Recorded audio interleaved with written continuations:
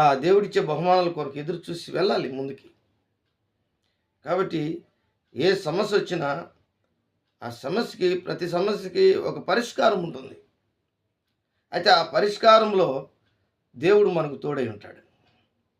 నువ్వు తీసుకున్న తీర్మానాన్ని బట్టి, నువ్వు అనుకున్నటువంటి ఆలోచన విధానాన్ని బట్టి, నువ్వు ఎప్పుడైతే నేనిలాగా జీవించాలి, ఇలాగ నేను ప్రవర్తించాలి, ఇదిగో నాకు ఎన్ని సమస్యలొచ్చినా ప్రభువుని నేను విడవను, ఎడబాయను.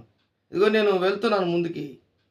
అదే నీ జీవితంలో గురి యొద్దకు పరిగెత్తడం అనేది ఎప్పుడైతే నువ్వు నీ జీవితాన్ని ఒకసారి ప్రభు కొరకు, ప్రభు చిత్తంలో యేసుక్రీస్తు యొక్క ఆలోచనలోకి నువ్వు వస్తావో, అప్పుడే నీ జీవితంలో అద్భుతాలు, ఆశ్చర్యకార్యాలు జరగడం ప్రారంభిస్తాయి. అదే ఒక విధంగా చాలామంది జీవితాల్లో మనం